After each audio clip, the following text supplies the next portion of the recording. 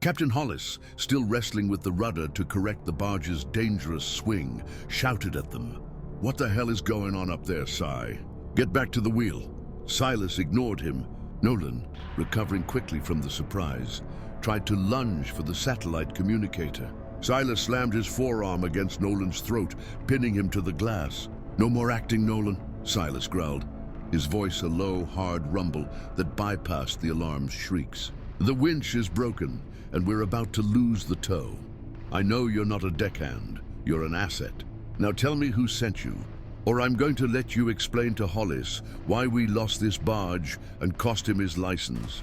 Nolan's eyes, wide with panic, darted toward Captain Hollis, who was now glaring at them, red-faced and confused. The threat wasn't physical, it was professional ruin, a concept the spy understood. "It's the Ethelred Group," Nolan gasped, choking out the name. "They're a security conglomerate. They facilitated the hit on Thorn. They just wanted to evaluate your reliability." "Reliability?" Silas applied pressure. "They sent you to kill me if I didn't meet their expectations."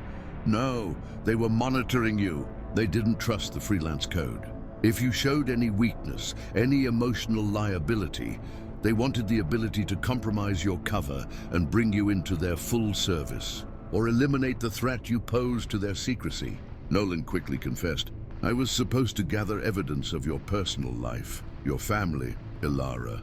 The immediate threat was confirmed. They had been looking for leverage. The tug gave a sickening lurch as the heavy container barge, the Mako, began to drift dangerously close to the pier line. The interrogation had to end. "Mac, report!" Hollis yelled into the intercom. "Hydraulic pressure still dropping, Skip. I need time to splice a bypass line, but I'll need both hands. It's too tight in here." The engineer's frantic voice crackled. Silas released Nolan, shoving him against the console. The choice was clear. He had to secure the tow and the boat, but he also had to secure the spy. "Nolan, get down to the engine room now. You're going to use your specialized training to help Mac secure that bypass line. One wrong move, and the organization finds out you failed to secure their asset." Silas grabbed a set of heavy restraining cuffs, the kind used for securing loose equipment during storms, from the emergency locker.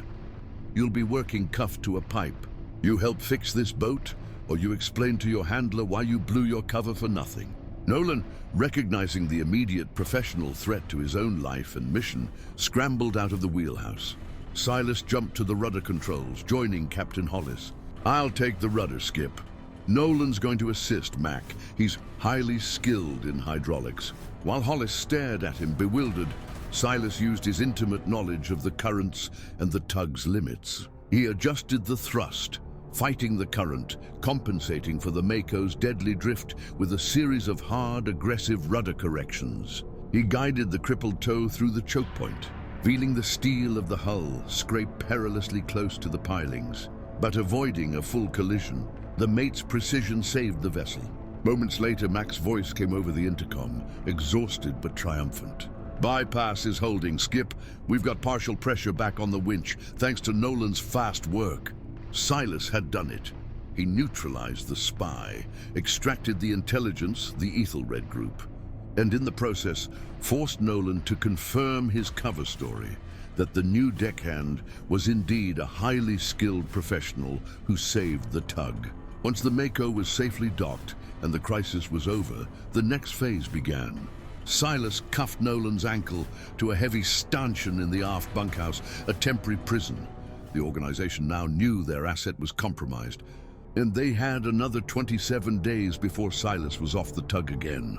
Silas looked at the bound operative. Nolan was a failed piece on a massive chessboard, but he still had immense value as a source of information. "The Ethelred Group," Silas muttered, staring out at the open sea. "Now that I'm back on the clock, Nolan, we have 27 days to find out what they want with me. And you're going to tell me everything."